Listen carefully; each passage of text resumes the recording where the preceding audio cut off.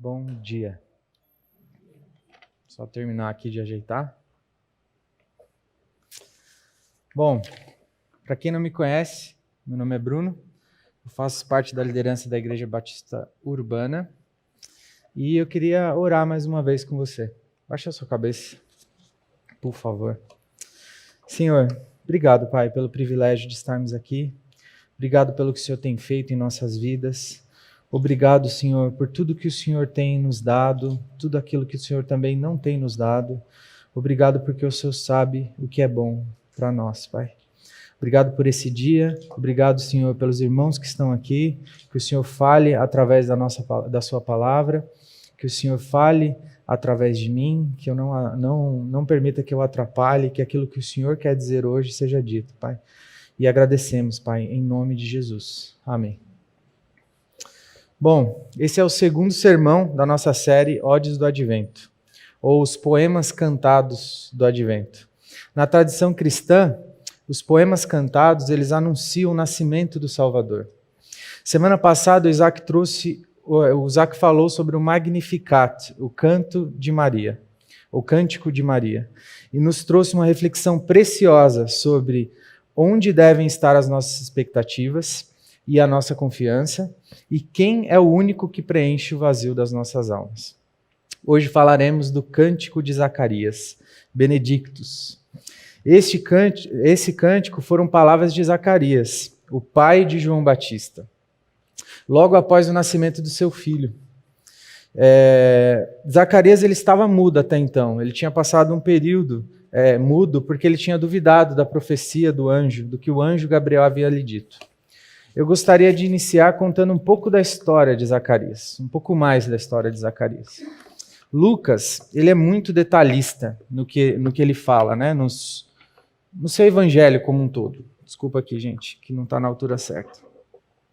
Lucas, ele traz riquezas de detalhes. Ele é muito minucioso naquilo que ele fala. E ele traz um fato interessante, que Zacarias e a sua esposa Isabel eram justos aos olhos de Deus. E eles obedeciam à sua lei de modo irrepreensível. Mas os dois não podiam ter filhos, mesmo sendo tão obedientes. E já sendo de idade avançada, quando receberam a notícia do anjo, Zacarias duvidou. E então o anjo Gabriel disse que ele ficaria mudo, até que aquilo se cumprisse. Ao engravidar, Isabel louva a Deus e diz: agora sim, não sofrerei mais humilhação diante do povo, e por não poder engravidar. O que é interessante constatar é que nada mudou até os dias de hoje. Continuamos atrelando uma condição, uma enfermidade, um problema que alguém possa ter ao fato de estar em pecado. Ou algo estar errado, não é possível. Por que Isabel não pode ter filhos? Isso deveria ser realmente uma humilhação para Isabel. Ainda mais numa época em que as mulheres eram pouco valorizadas e uma das suas principais funções era ter filhos. Ou você nunca ouviu, mas o fulano é servo de Deus. Como isso pode estar acontecendo? Deve estar em pecado. Isso é resultado da proclamação de uma teologia errada, que nos diz que sempre seremos prósperos e que tudo precisa ir bem, senão você está em pecado, algo está errado, ou Deus não existe. Essa é uma teologia errada. Nossa primeira lição prática de hoje, então, devemos parar de ser crentes mimimis, rasos nos ensinamentos de Deus, com coceira nos ouvidos ao ouvirmos seus ensinamentos e a sua palavra, murmurando e sendo mal agradecidos por qualquer problema que enfrentamos.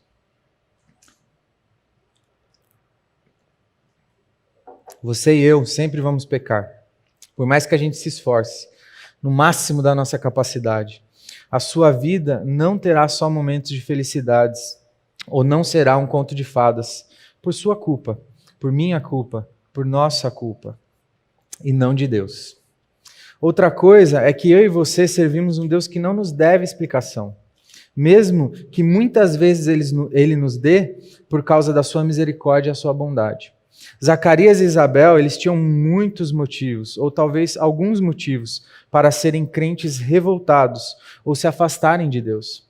mas eram cristãos exemplares. Obedeciam à lei de Deus de maneira irrepreensível.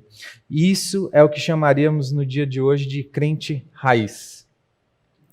Isabel e Zacarias eram crentes raiz. Bom, continuando um pouco da história e falando agora sobre um pouco sobre o contexto em si, eu quis dar um overview aqui de um pouco do que estava acontecendo e vou aprofundar agora exatamente no texto que a gente acabou de ler. O filho de Zacarias, Isabel, ele nasce. É o que o texto nos diz. E no 8º dia, eles foram circuncidar o menino, como era tradição. O interessante é que, mais uma vez, nada mudou, porque a família, naquela época, queria escolher o nome do menino. Eu sou resultado disso, tá, gente? Minha mãe queria um nome, meu pai queria outro, minha avó queria outro, e aí ficou um nome composto aí que pesquisem.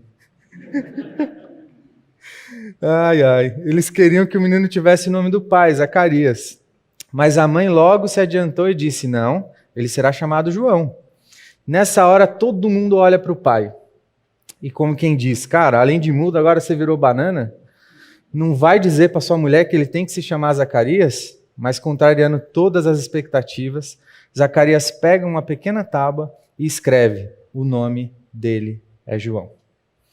Isabel e Zacarias entendiam o propósito de Deus nas suas vidas. E por mais que tentassem os tirar do foco, eles não conseguiram. João tinha um propósito. E o propósito dele iria se cumprir no que dependesse de Isabel e Zacarias. Logo após escrever na pequena tábua, Zacarias recupera sua voz e da sua boca saem suas primeiras palavras depois de um silêncio de 9 meses aproximadamente. E essas palavras são as palavras do próprio Deus. São um belíssimo cântico. Um poema que tem seu início forte e imponente, mas no seu decorrer passa a ser mais forte ainda, terminando com Zacarias praticamente gritando para os que estavam ali, sobre o quão esse Deus é bendito e maravilhoso. Podemos perceber isso na forma de que ele é escrito no texto original. Eu gostaria de ler mais uma vez com vocês. Lucas 1, 67 e 79. Quem quiser ler comigo. Seu pai Zacarias foi cheio do Espírito Santo e profetizou: Louvado seja o Senhor, o Deus de Israel, porque visitou e redimiu o seu povo. Ele promoveu poderosa salvação para nós, na linhagem do seu servo Davi, como falara pelos seus santos profetas na antiguidade, salvando-nos dos nossos inimigos e da mão de todos os que nos odeiam, para mostrar sua misericórdia aos nossos antepassados e lembrar da sua aliança, juramento que fez ao nosso pai Abraão, resgatar-nos da mão dos nossos inimigos, para servirmos sem medos, em santidade e justiça diante dele todos os dias. E você, menino, será chamado profeta do Altíssimo, pois irá adiante do Senhor para lhe preparar o caminho, para dar ao seu povo conhecimento da salvação mediante a perdão de pecados.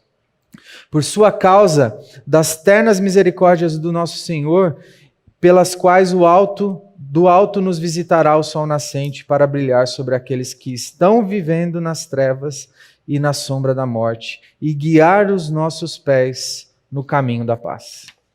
Bom, Zacarias nos apresenta algumas razões aqui nesse texto porque devemos louvar ao Senhor, ao nosso Deus. E eu gostaria de falar um pouco dessas razões. A primeira delas, que a gente consegue observar logo no início do texto, é a sua aliança. O versículo 68 diz assim: Louvado seja o Senhor, o Deus de Israel, porque visitou e redimiu o seu povo. O verbo visitar aqui indica que Deus foi pessoalmente até o seu povo através de Cristo, que ofereceu ajuda pessoalmente. Não só abençoou o seu povo de longe, mas sentiu na pele o que era ser homem. Pagou o preço, fez uma aliança com o seu povo. Nosso Deus é um Deus pessoal. Ele quer ter um relacionamento pessoal comigo e com você. Nos próximos versos, ele monta uma cena para que possamos entender melhor. Ele promoveu verso 69, ele promoveu essa palavra que está em destaque aqui, poderosa salvação para nós e na linhagem de seu servo Davi, salvando-nos de todos os inimigos e da mão dos que odeiam, para mostrar a sua misericórdia, resgatar-nos da mão do nosso inimigo, para servirmos sem medo, em santidade e justiça diante dele todos os nossos dias. Aqui, Zacarias, ou a palavra de Deus, deixa claro dessa aliança que nos salva e nos redime de todas as esferas, em todas as esferas, espiritualmente, emocionalmente, moralmente e de forma constante. Isso não para. Ele faz isso por causa da sua aliança que é eterna. Desde a eternidade, Pai, Filho e Espírito Santo possuem uma aliança conosco. Cada um no seu papel trabalha incessantemente para que essa aliança seja cumprida, para que eu e você sejamos salvos. Em João 3,16, podemos ver o Pai dando seu Filho como resgate por nós. E eu vou fazer questão de ler. Porque Deus tanto amou o mundo que deu seu Filho unigênito, para que todo o que nele crê não pereça, mas tenha vida eterna. Em João 10,18, a gente pode ver o Filho se entregando voluntariamente para que os nossos pecados fossem perdoados e tivéssemos vida. Diz assim: por isso é que meu Pai me ama, porque eu dou a minha vida para retomá-la. Ninguém tira de mim, mas eu dou por minha espontânea vontade. Tenho autoridade para dá-la e para retomá-la. Esta ordem recebi de meu Pai. Em João 3,34, o Espírito Santo ele concede plenitude a Cristo, encarnando, dando-lhe poder para realizar seu ministério nessa terra. Pois aquele que Deus enviou... começa o texto aqui, a partir do versículo 34. Pois aquele que Deus enviou fala as palavras de Deus, porque ele dá o Espírito sem limitações.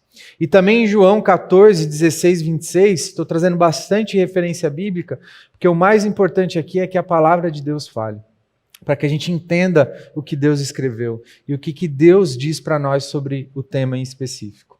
Aplicando, em João 14, 16 ao 26, diz assim: aplicando os benefícios da obra de Cristo aos redimidos após o retorno de Cristo, diz assim: eu pedirei ao Pai, e Ele dará a vocês um conselheiro, para estar com vocês para sempre, da verdade, o Espírito da verdade. O mundo não pode recebê-lo porque não o vê nem o conhece, mas vocês o conhecem, pois Ele vive com vocês e estará com vocês. Aqui a gente pode ver Deus também aplicando os benefícios da obra de Cristo aos remidos, que somos nós. Essa aliança, ela pode ser vista ao longo da história, meus irmãos. Essa aliança ela pode ser vista ao longo da história da humanidade. E até os dias de hoje, a aliança de Deus com Adão, com Abraão, com Moisés, com Davi, anunciam e comprovam essa aliança que Deus tem feito conosco. Zacarias, em seu cântico, destaca duas alianças em específico: a aliança com Abraão e com Davi, de forma resumida, ao dizer para louvarmos a Deus pela sua aliança eterna. Ele nos motiva a cantar a fidelidade de Deus e a segurança da nossa salvação. Podemos sentir essa fidelidade e essa segurança em Jesus quando ele diz em João 10, 27 e 28, as minhas ovelhas ouvem a minha voz, e eu as conheço, e elas me seguem. Eu lhes dou a vida eterna, e jamais perecerão. Ninguém as poderá arrancar da minha mão. Deus seja louvado por sua aliança, meus irmãos. Porque por mais que fraquejemos, por mais que não entendemos muitas vezes o porquê das coisas, o nosso Deus não falha. Ele tem uma aliança conosco. Louvado seja Deus pela sua aliança. Então esse é o primeiro ponto que eu gostaria de focar aqui hoje. A aliança que Deus tem conosco, que fica clara nesse texto. O segundo ponto, o Zacarias apresenta o motivo por qual nós devemos louvar a Deus, que é o seu evangelho e a sua proclamação. No versículo 76 diz assim: e você, menino, será chamado profeta do Altíssimo, pois irá adiante do Senhor, para lhe preparar o caminho, para dar ao seu povo conhecimento da salvação mediante ao perdão dos seus pecados. Essa aliança eterna que Deus fez conosco pode ser anunciada a todos. Zacarias entende o propósito de Deus na vida do seu filho e louva por João Batista ter o privilégio de ser um grande homem de Deus, cuja vida seria anunciar esse Cristo, que cumpriria a maior das etapas na aliança de Deus com o homem. Entregaria sua vida em obediência a Deus e saciaria a ira de Deus, perdoando os nossos pecados. Deus seja louvado por isso, meus irmãos. Ele nos permite participar do seu grande propósito, nos usando, mesmo sendo pecadores, para pregar seu precioso evangelho. Por isso precisamos ser diligentes nos estudos e nos entendimentos das Escrituras. Grande privilégio nós temos de anunciar a sua boa obra. E grandes responsabilidades nós temos de fazer isso. E temos que fazer isso com muito esforço e dedicação. Aqui nesse ponto em específico, Deus falou bastante comigo. Particularmente, eu preciso entender o privilégio de ser um comunicador do seu evangelho, de me dedicar com afinco aos estudos da sua palavra, para não falar aquilo que Deus não quer que eu fale. Com muito esforço e dedicação, e o mais importante, graça e misericórdia de Deus, eu conseguirei comunicar esse evangelho de forma eficaz. Mas não por mérito meu, não por mérito seu, mas porque Deus, com a sua aliança estabelecida, o seu evangelho chegará até os confins da terra. Aqui, como eu disse, Deus falou particularmente comigo. Eu gostaria de abrir um parênteses aqui e contar um testemunho pessoal que se encaixa nesse ponto. Eu venho de uma tradição bem diferente da Urbana. Meu pai é pastor, eu cresci em igrejas, eu conhecia o Evangelho, ou achava que conhecia o Evangelho em muitas esferas. E eu já contei uma parte aqui do meu testemunho que foi com muita dificuldade que eu cheguei à conclusão que realmente eu tinha um chamado e Deus foi me pegando de um lado, me cercando de outro, até um momento que eu falei, então tá bom. Então, contratei sistemas vocacionais para saber qual era a minha vocação, e quanto mais eu cavucava, quanto mais eu me debatia, mais eu me afundava. E aí eu falei, então tá bom, eu vou aprender isso aí, vou estudar teologia. E foi quando eu conheci o Isaac, comecei a estudar no seminário, me dedicar. Porém, irmãos, eu sempre tive uma dificuldade. A primeira vez que o Isaac me falou assim para mim, Brunão, então você vai pregar na Urbana. E eu falei assim, poxa, então já que eu falei que eu tenho um chamado, que eu vou ser pastor, realmente eu vou ter que pregar. E, gente, eu fiquei muito nervoso. E eu falei besteira, e eu tive uma úlcera, gente, vocês não têm noção do processo que eu passava toda vez que eu ia pregar. Muito por nervosismo, porque de fato você vai se acostumando com isso. E aí veio pandemia, a gente tem que pregar para uma câmera, é super difícil, enfim. O processo todo, sim, ele te dá um nervosismo, mas tinha algo no meu coração que Deus precisava trabalhar. Eu precisava entender o quão privilegiado eu sou, ou eu era, naquela época, e continuo sendo, por poder estar aqui na frente falando daquilo que é mais importante na vida de vocês, para vocês. E para mim mesmo. Toda vez que eu paro para pregar, para preparar um sermão, é um parto, é muito difícil. Eu tenho que escrever, eu escrevo palavra por palavra que eu vou falar aqui, porque eu preciso de um esboço, eu tenho que ter essa segurança. E aí, a minha esposa, coitada, participa desse processo, mas eu murmurava, eu reclamava. Acho que mais de uma vez eu já falei para o Isaac assim, Isacão, não quero pregar não, cara. Afasta de mim esse cálice. Cara, é muito difícil para mim. E o Isaac, com muita paciência, falava, Brunão, vai lá, cara, você consegue, você vai conseguir. E aí chegou um momento, o Isaac fala que essa chavinha virou quando eu virei pastor oficialmente, né? Que eu fiz lá o exame da ordem. Mas a questão foi a seguinte, eu acho que o processo de estudar, que é um processo árduo, que eu tive que realmente decorar coisas, estudar e me aprofundar em temas que eu não me interessava antes, ajudou sim Mas eu acredito que é tudo no tempo de Deus. Deus estava trabalhando isso no meu coração. E hoje eu entendo o privilégio que é poder estar aqui na frente de vocês, o privilégio que é poder preparar um esboço, um sermão, o privilégio que é poder ser pastor dessa igreja. Eu nunca imaginei que um doido igual Isaac ia me dar um púlpito e me tornar um pastor da igreja. Mas o Isaac ele foi instrumento de Deus. Esse é um plano de Deus em primeiro lugar. O Isaac, graças a Deus, percebeu isso e me ajudou nesse processo, porque tem capacidade para isso. Mas vocês, a Igreja Batista Urbana, é que foram responsáveis por esse processo, foram usados por Deus para hoje eu estar aqui falando para vocês como um pastor dessa igreja.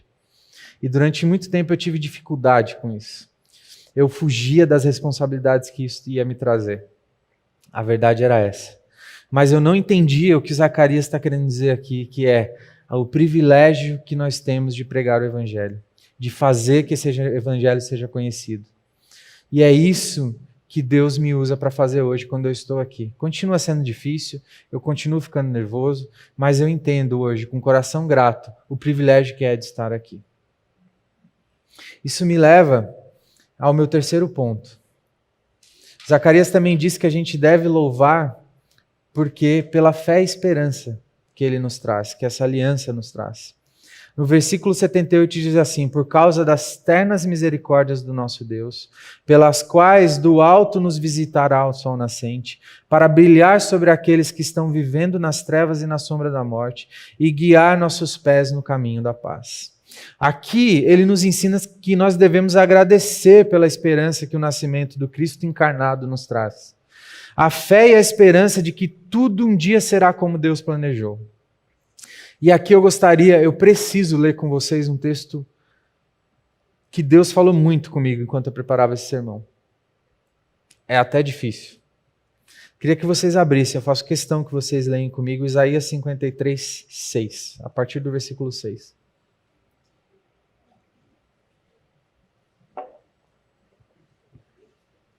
A partir do 5.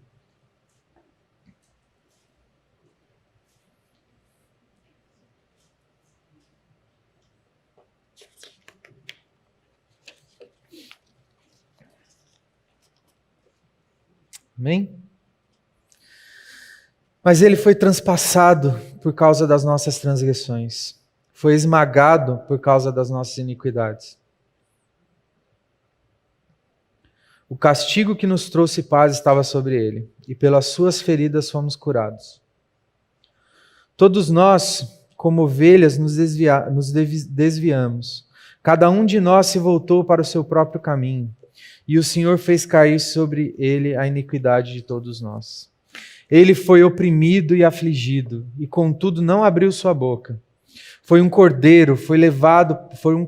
como um cordeiro levado para o matadouro, e como uma ovelha que diante de seus tosqueadores fica calada.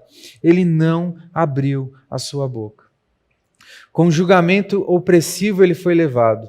E quem pode falar dos seus descendentes? Pois ele foi eliminado da terra dos viventes. Por causa da transgressão do meu povo ele foi golpeado. Foi-lhe dado um túmulo com os ímpios e com os ricos em sua morte. Embora não tivesse cometido nenhuma violência, nem houvesse nenhuma mentira em sua boca, contudo foi da vontade do Senhor esmagá-lo e fazê-lo sofrer. Embora o Senhor tenha feito da vida dele uma oferta pela culpa, ele verá sua prole e prolongará os seus dias. E a vontade do Senhor prosperará em sua mão. Depois do sofrimento de sua alma, ele verá a luz e ficará satisfeito. Pelo seu conhecimento, meu servo justo justificará os muitos e levará a iniquidade deles. Por isso, eu lhes darei uma porção entre os grandes. E ele dividirá os despojos com os fortes. Portanto, ele derramou sua vida até a morte, e foi contado entre os transgressores. Até aí. Em Cristo, meus irmãos, nós temos esperança para esse mundo caído. Temos vivido tempos difíceis, eu sei. Mas isso não é privilégio dessa geração. Desde a queda do homem, vivemos epidemias, desastres, catástrofes, mortes, desespero, dor. Mas tudo isso já está resolvido. Porque um dia nasceu em Belém, o Cristo homem. Iniciou uma jornada que mudaria a história da humanidade. Uma jornada que já havia sido planejada por Deus desde antes da criação do mundo. Aqui eu gostaria de voltar à primeira aplicação prática que eu fiz desse texto. Eu comentei com vocês no começo que nós precisamos amadurecer na nossa caminhada com Deus. Nós precisamos amadurecer na nossa vida espiritual, parar de murmurar, achar que a vida de um cristão precisa ser cheia de vitórias e conquistas. Temos vivido tempos de imensa futilidade, ensinamentos que vão de encontro à palavra de Deus. Muitas vezes sendo ensinados dentro de igrejas que deveriam pregar o evangelho. Mas temos o maior dos motivos para louvar aquele que nos deu o que é mais importante. De todas as vidas que a gente poderia viver, de todos os tempos que a gente poderia ter, nada mais importa do que sermos salvos pelo sangue e sacrifício de Cristo. Não há algo mais importante nessa vida ou em qualquer outra vida do que a salvação. Não existe. No Advento, período que antecede a comemoração do nascimento de Cristo, nosso Salvador, não podemos deixar de louvá-lo e cantar sobre a sua vida e obra. Deus, nós te louvamos pela sua aliança eterna. Deus, nós te louvamos pela proclamação do seu evangelho e a salvação. Deus, nós te louvamos pela esperança de uma nova vida. Deus, nós te louvamos porque és bendito. Sem o seu imerecido favor, nós não teríamos esperanças. Não teríamos motivos para viver. Nos livre de uma vida vazia sem um encontro real contigo. Nos livre de passarmos a eternidade longe da tua presença. Isso com certeza é o maior sofrimento que qualquer pessoa pode ter na sua vida. É com isso que a gente deve se preocupar, meus irmãos. Senhor, nos perdoa pelos nossos pecados, nos dá um coração grato que te louva nesse tempo e em que celebramos o seu nascimento. Se o Senhor não tivesse se dado de maneira voluntária, eu e você não estaríamos aqui. Nós não teríamos a paz e a tranquilidade que mesmo em meio problemas e coisas, e morte, e dores, e massacres que houveram na história da humanidade, nós não teríamos essa paz que excede todo entendimento. Nós não teríamos esperança para essa vida. Senhor, nos perdoa por nossos pecados e nos dá um coração grato que te louva nesse tempo em que celebramos o seu nascimento. Gostaria que você fixasse isso na sua cabeça. Nós precisamos ter a fé que só Cristo nos traz. A fé que sim, nós estamos passando por momentos difíceis. Sim, nós sempre passamos por momentos difíceis. Sim, a vida cristã sempre vai ser difícil.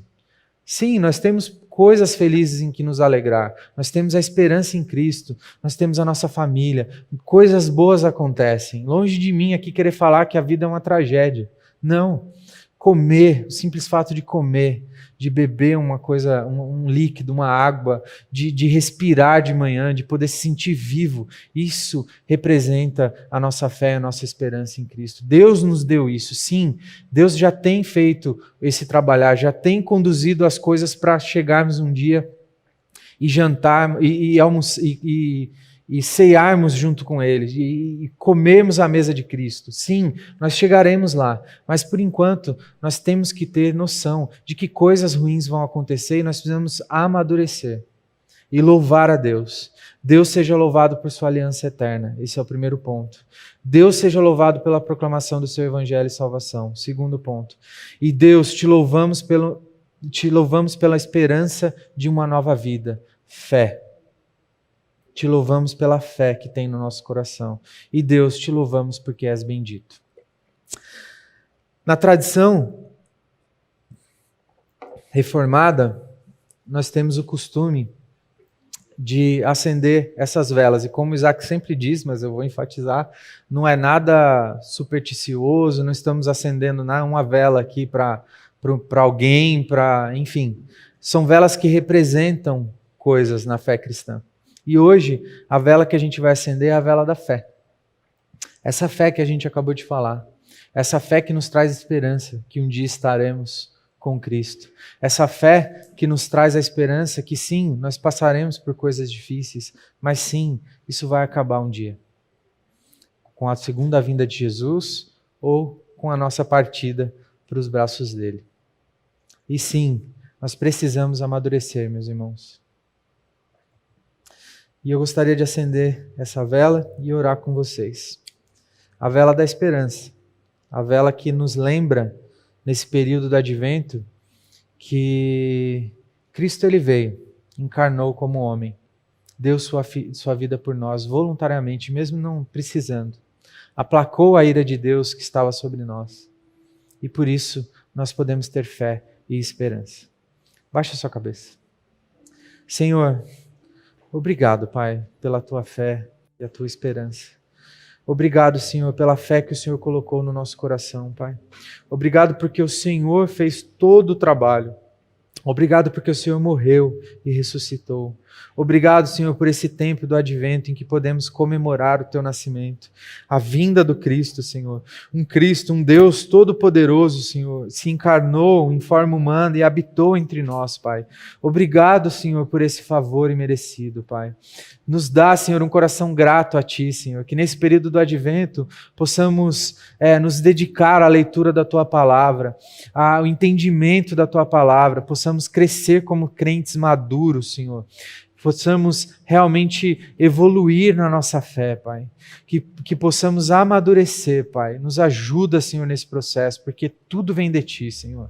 Obrigado por essa igreja, Senhor. Obrigado, Senhor, porque podemos comemorar aqui com essa igreja e celebrar esse tempo, Pai. Obrigado pela Tua vinda, Jesus. E obrigado por tudo. Em nome de Jesus. Amém.